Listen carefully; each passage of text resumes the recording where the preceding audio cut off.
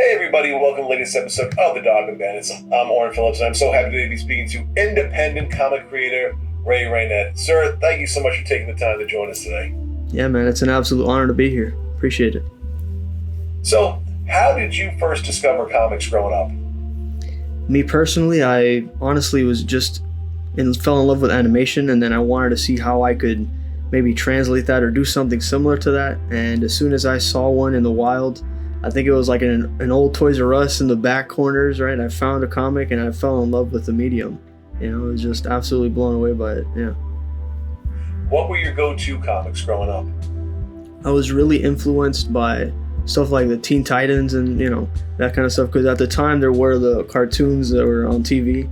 And I think, just similar to those, probably the old Justice League stuff, the Silver Age stuff really goes to heart. So you're sort of a teen books kind of guy. Well, kind of, yeah. I think I just like the old school stuff. Like the older the comics are, the more like it feels like some mystical found object, some old relic or something, stuff like that. I love that. So how did you decide you want to start to get into this world of comics yourself? Well, I mean, I wanted to originally make like an animated movie or a TV show, right?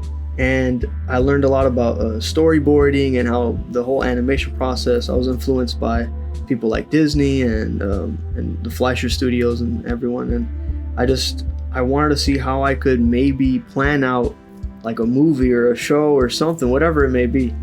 And as a little kid, I just started stapling random pieces of paper together or composition notebooks and just making little adventures and, little worlds and stuff. And I think it was important to just keep making it ever since, just keep going.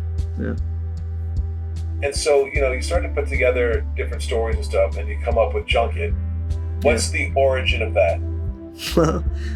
I mean, it's something I've kind of been working on ever since I was in middle school. It was really just a story. It was just me and my buddies imagining if we were to be older, how would we look, or and then we started making fun of each other, this and that.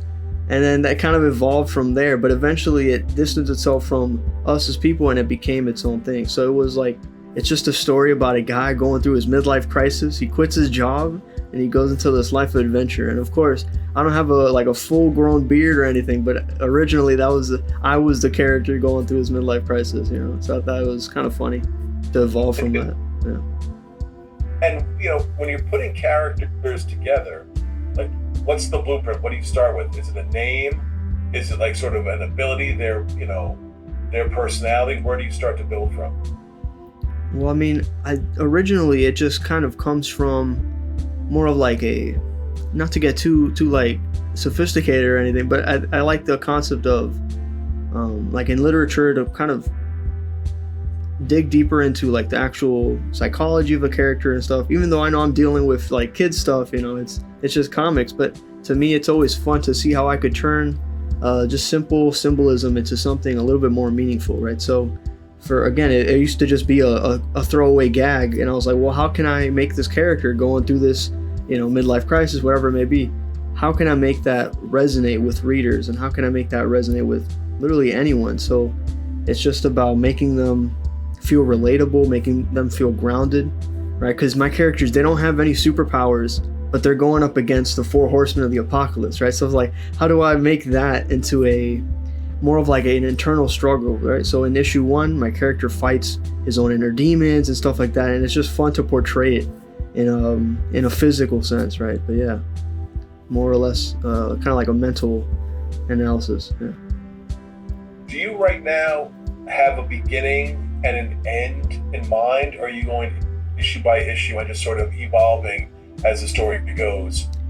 I mean, I kind of want to be able to get done with an issue before moving on to the next, but even like when I just go to sleep, like I just get a whole bunch of ideas last minute, a whole bunch of imagination all the time. So I mean, I have written down roughly like 13 to 14 issues in total, right? Counting the ones I've already made.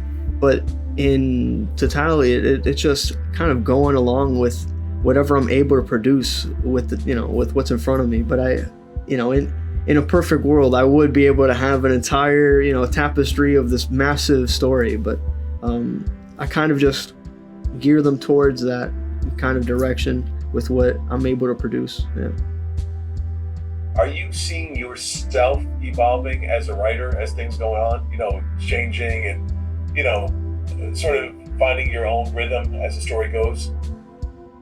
I think it's a journey, because it's kind of seeing how I could research things that I like and see how the audience likes what I'm doing, but the personal kind of touch of being, I guess a writer really is just injecting as much of myself into the characters, and it's kind of like it's a struggle, right? To kind of understand, like, how can I convey something? How do I convey such an abstract idea or emotion to readers or to young kids or young adults? And I put a lot of my own kind of ups and downs in there as well, but I think it's fun to almost like vent my own inner frustrations, whatever it may be. I just kind of put it all on the page as best I can.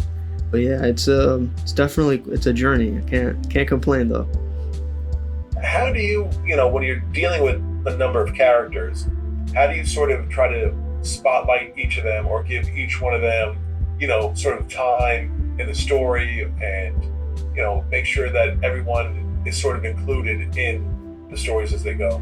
Right. I mean, it's not easy, because again, I'm just jumping from idea to idea, and I think the best way is for me to kind of make it feel a little bit or seem a little bit like the old school stuff, like from the Golden Age, kind of like the self-contained short stories in anthology books.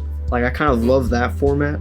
I've been reading stuff like Will Eisner and all the the Spirit, all the old school stuff, and I love those kinds of short stories, and I'm realizing there's more world building, there's more character development that happens in those smaller pages, and it's just, honestly, it's like a piece of clay. Like, even though it's already technically published and done, now that I'm working on like a collected edition of everything, I'm like, oh, I gotta add a page here, I gotta change this here to make it flow better, feel better, whatever it may be. But it's an ongoing process. Yeah. Now, when you're doing this, are you doing sort of an underlying story that's going to connect all the issues, or can people pick up an issue at any point and just sort of jump in and sort of see or get a feel of where this is going? Yeah, I mean, I'm just kind of making it as I go, but I am doing it with the intention of, like, there's that old saying that every comic that exists is somebody's first comic, and I just kind of like that idea of, like, man, if I pick it up, I want it to feel like a full thing, like a whole experience. And my stuff my stories are kind of like 60 pages each. It's not like just 22 pages or anything. It's I try to make it as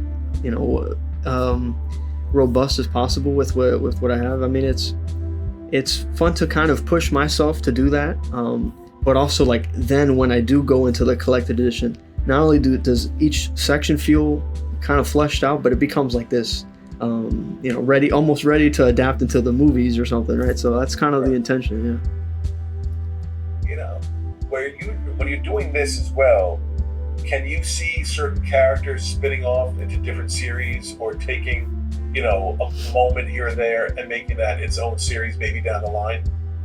Yeah, I've kind of started doing that a little bit. I had these like throwaway characters, and I just call them the dwellers of the garden, right? Because my characters are I call them the cross guards, right? They're like the keepers between our world and this magical realm that's hidden in the forest. And this blue guy here, he's called the groundskeeper, and people really like him as like a solo character. So he has his own little solo stories and stuff. And then the little dwellers of the garden, or the people he protects, they're just like these critters in this world, right? This magical forest. And I just kind of made this little side story, like serialized into a little news strip that I'm working on, right? With this amazing company. They're called A Kid and a Comic. They just kind of like, publish a couple random short stories from random artists all around. And it's like printed in physical, like newsprint, or like the old school newspapers. And I'm like, oh, wow, this is cool.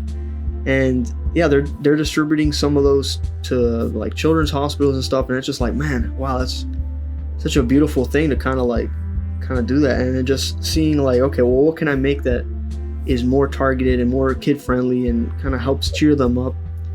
But those characters, I mean, that could be like a Wizard of Oz or like a, you know, Mickey Mouse kind of shorts. But yeah, I think it's kind of fun to see how like the characters break away from the main story themselves. Yeah. No, and I want to ask you, because you know, you mentioned the art as well with your characters. Where they are right now, how different are they from the concepts that you had in mind when you first started it physically? I mean, yeah, the characters, I think it's always best to let them grow as themselves, you know. I don't ever want to like push a character to do one thing or make them a specific way. I feel like that always kind of feels a little bit more forced. Originally, like I said, it was like an exaggerated version of me and my friends and stuff, but they kind of evolved into their own kind of semi three-dimensional, you know, 2D characters, but it's still trying to inject as much human nature into them. And I think it's important to kind of infuse them with that like real world emotion, that kind of like struggle. You know, like Spider-Man is super relatable because he's just a kid, you know. He still has to go to class and he still has to do all this stuff. And for my character to suddenly like, man, he's tired of this office job and he just quits, you know. I was personally working in insurance, and then I was like, man, this is really not for me, and I'm too creative, I'm too antsy, I gotta be drawing something. And then it's just perfect to kind of make those that connection a little bit. But yeah, they've spun off into their own world. They lead me now as a writer, and they take me wherever the story leads them. Yeah. You know, you mentioned for writing these books for a younger audience, which I've spoken to a number of writers who are also in the same genre, and the question I always have is, how do you sort of find that medium? Because you don't want to go over a younger reader's head, but you don't want to insult their intelligence either by making it too simple. How do you find that sort of happy medium that will attract them and hook them in to keep wanting to read more and more? I think that's a great question, because that's constantly what I'm thinking about. Like, how do I really walk that thin line between kid friendly or too adult or whatever it may be? And I think the best examples is seeing, you know, works from the past, stuff like like Homer's Odyssey, or Ovid with Metamorphosis, and those kinds of, like, even though those are like super sophisticated, I'm like, how can I adapt those into basically a kid's format? And I look at, probably the best example of someone who's done that is like the early Walt Disney cartoons. You know, like they did stuff like Pinocchio, Peter Pan, and all that, and they really walked a thin line between the kind of symbolism and the mythology of those kinds of characters and stories and the moral kind of core. I think that's important to kind of at least keep that in mind and not be too overt or too preachy with them, but at least sprinkle them there, because if someone grows up and then they rewatch those cartoons, they're able to draw even more from it. You know, like I was watching Bambi the other day and I was like, man, this is like this is a coming of age story. This is beautiful. You know, these things. And I never caught all that when I was a kid. I just thought it was, deers having fun. But it was, it's always sprinkling a little bit more, because you never know just what kind of people want to dig deeper into what it is people make. Because it's always good to have it be simple for those who just want simplicity, and then have just that little extra stuff for the people who want that complexity. But yeah. You know, I want to talk a little bit on the business side of things, because as an independent creator, right now the independent market is booming, and you are competing against all sorts of GoFundMes and Indiegogos and other projects out there. How do you make yourself stand out in a very crowded field? I mean, to be fair, I'm not even really, like, at least me personally, the way I frame it, I'm not going up against the other indie creators. Like, I want to collaborate with them as much as possible, right? Because, like you said, it's a booming field. Right now, I mean, whenever I'm at conventions and stuff, I always show everyone the handouts and things and the books, and I'm always shake their hand and say like, oh, I'm going up against Marvel and DC single-handedly, like, and it makes people smile. It makes people kind of like, yeah, I think I'm going up against these monopolies, right? And it's it seems inconceivable, but it's fun to at least try, you know, because I'd rather aim too high than aim too low. And I think just branching out with collaborators, you know, different artists. I'm doing commission covers and variant covers, seeing how I could get my books to comic shops. Like I literally drive to the stores after like contacting them, and I put them on the racks after selling them. And it's fun to like push myself to go do that stuff. And to, again, I'm working with one of my childhood buddies who literally, I wrote the story when I was in middle school. They're a programmer, so I'm trying to adapt it into like a video game and seeing how I could turn heads with it, you know, teaching myself how to animate and turn it into like a little short or animated little movie and stuff. But yeah, it's just really just putting my fingers in everything I can to see how I can make it click or make it kind of like spark in people's imagination a little bit. But yeah. I think you just touched on, you know, the hustle that goes into this. That's working the conventions, that's going to the comic shops, that's trying to find other places to get the word out, to get people's eyes on your book. What are some of the lessons you've learned about, you know, what it takes and what are good ways to get people to sort of notice what you're doing? I mean, I guess gaining that notoriety is really the key. You know, I think, like you said, just going to those the conventions is very competitive because there's times, there's days I don't sell books. There's days I'm unable to find a table on time or something, and I just, I'm left without like that kind of spot. But it's not even really about, I don't see it more so about the competition or it's really just that hustle. Like you said, it's just about finding ways to make it work with what we have, with what's in front of us, you know. And it's just constantly just keeping my head down, just working. And I know that if the audience is there, and I will be there, I'll have to somehow find it, right? And just putting the book in front of as many people's eyes as humanly possible, even if it annoys them or this and that. I'd rather have those shortcomings, those like kind of, you know, failures along the way, and to not see them as failures and like to reframe it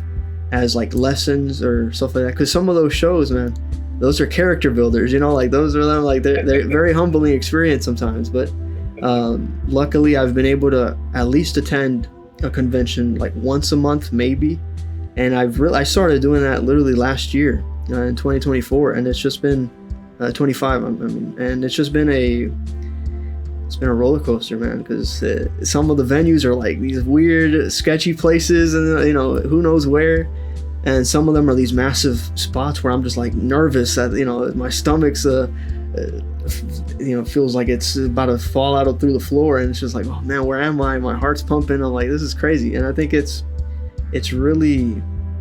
just good to put myself in places I don't feel comfortable. And I think people need to kind of do that a little bit, even if it's just a drawing, even if it's just a comic, just try it. Because if you're not nervous, you're not doing it right, you know?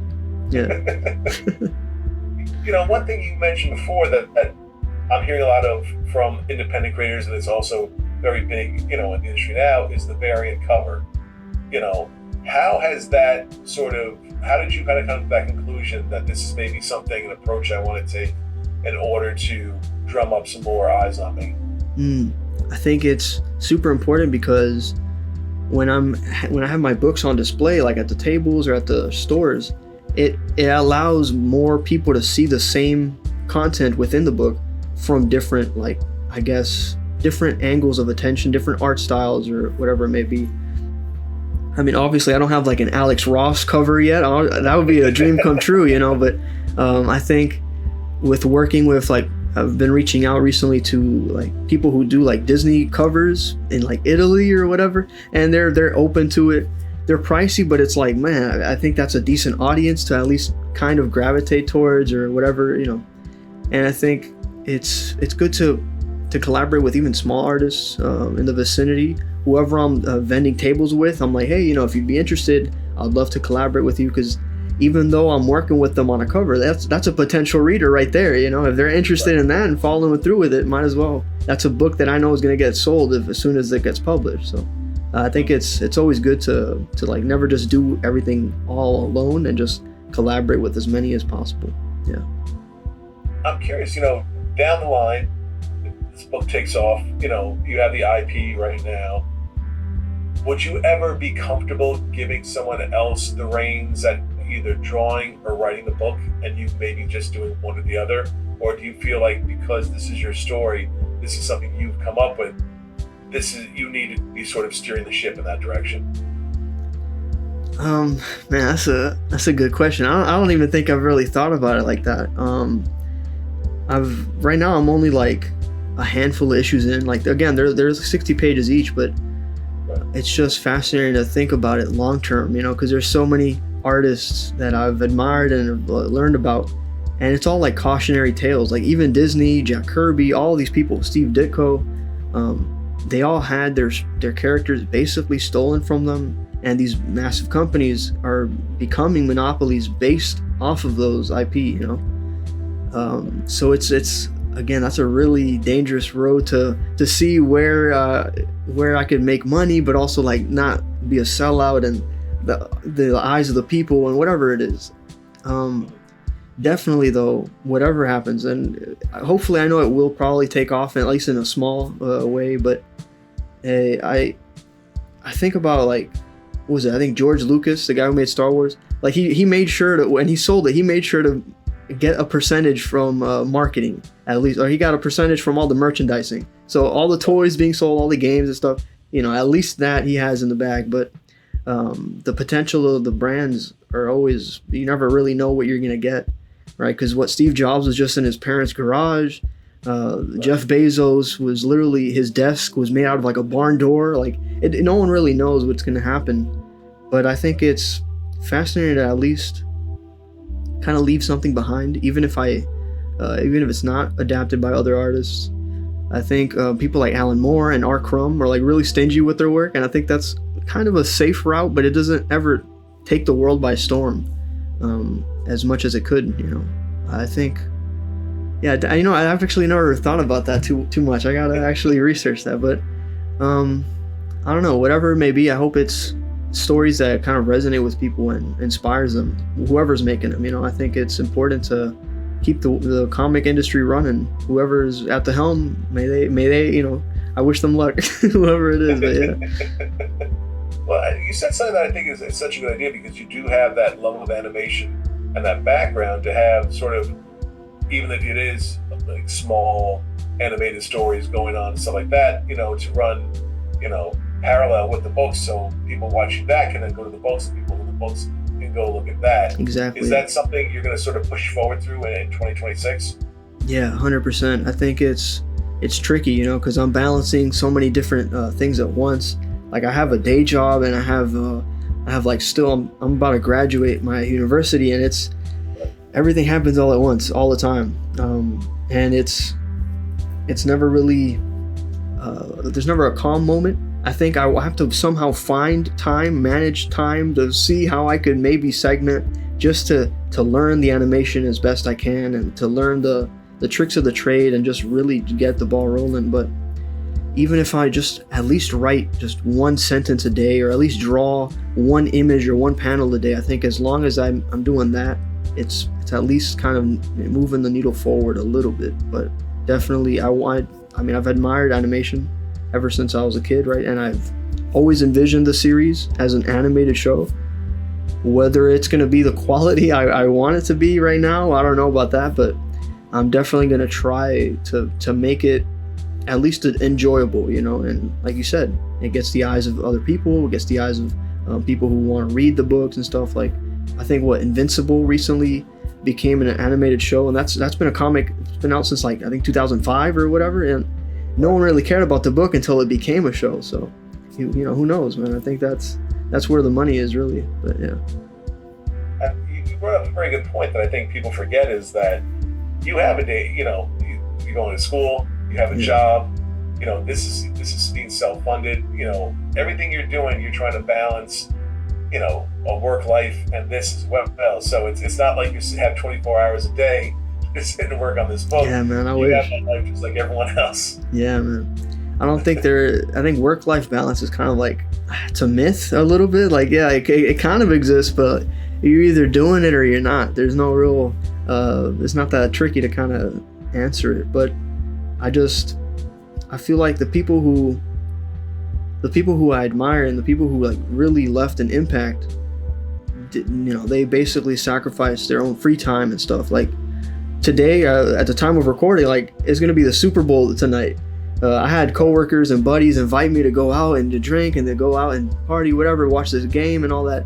I'm like, man, I really have these deadlines. I gotta have this comic strip for next month's newspaper. I gotta do it now while I can, because tomorrow's not promised. So I don't really think about the riches or fame or the fortune all that much. I just really want to inspire people as best I can and resonate with readers, and seeing like the kids at comic conventions, their eyes just light up as soon as they see my books or whatever it is, or their parents are like, oh look, he draws too, you could do that. Like, that to me is priceless. To me, that's probably the most valuable thing from it, and that's all I'm aiming for right now. Yeah.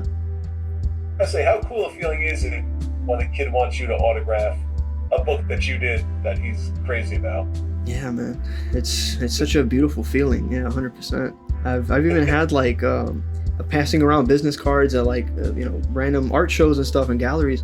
I've seen like this old dude once, he saw the business card because it's like a little foldable mini comic thing, and he saw like, oh, you drew this? Oh wait, and he found a pen. He's like, can you sign it for me? I'm like, I guess, yeah. It's so strange, but it's very flattering, and it's very also humbling in a way, because when I was a little kid, I never really imagined that any of this would be able to take shape as it has, and I think it's really beautiful to kind of see that inspiration be passed down to other younger kids, because whenever I'm drawing or making something, I think about like the 4-year-old version of myself, just looking at like, wow, look at this character, that's so awesome, stuff like that. Yeah. I'm curious, you mentioned before you approach artists and stuff like that to do some work on your book.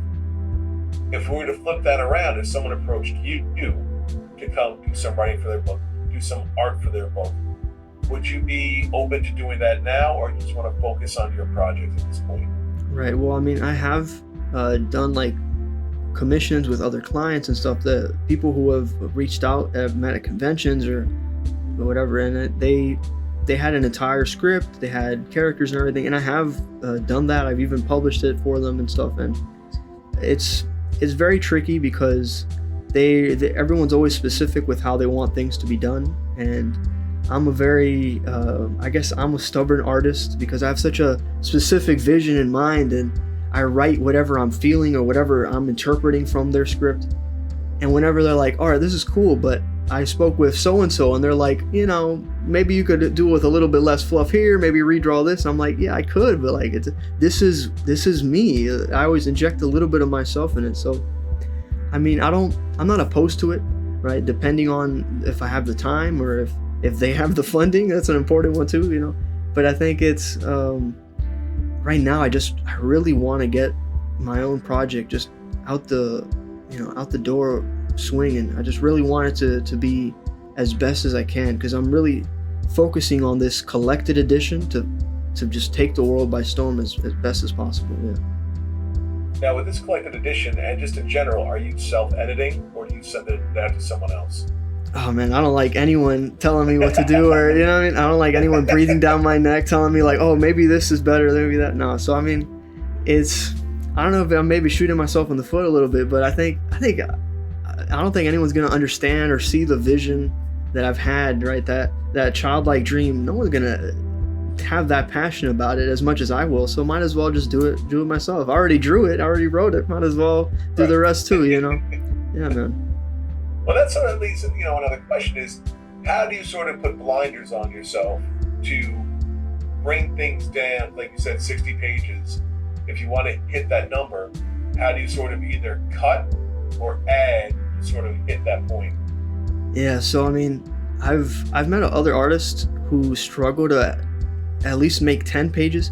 I'm the other way around, man. I have like 4 books that I've been working on for the continuation. I've had like the Christmas book in development like 3 Christmases ago, you know what I mean? So it's just, I have to keep cutting down or segmenting or saving material for other books and other projects, and it just kind of gets out of hand a little bit. So maybe I don't know if I have blinders, but I just kind of, out of the things I have, I focus on what can I at least work on currently. What is the closest to being done or to crossing that finish line, and which one, if it were completed, would make a bigger impact or would look even better on the stands or whatever it is. I think, focusing and having that kind of like you said, those blinders really helps to narrow down the decision making. And at the end of the day, it doesn't really matter, because you just have to have the discipline and draw it now. There is no, it was like that Rocky movie, right? There is no tomorrow, so just go now, you know.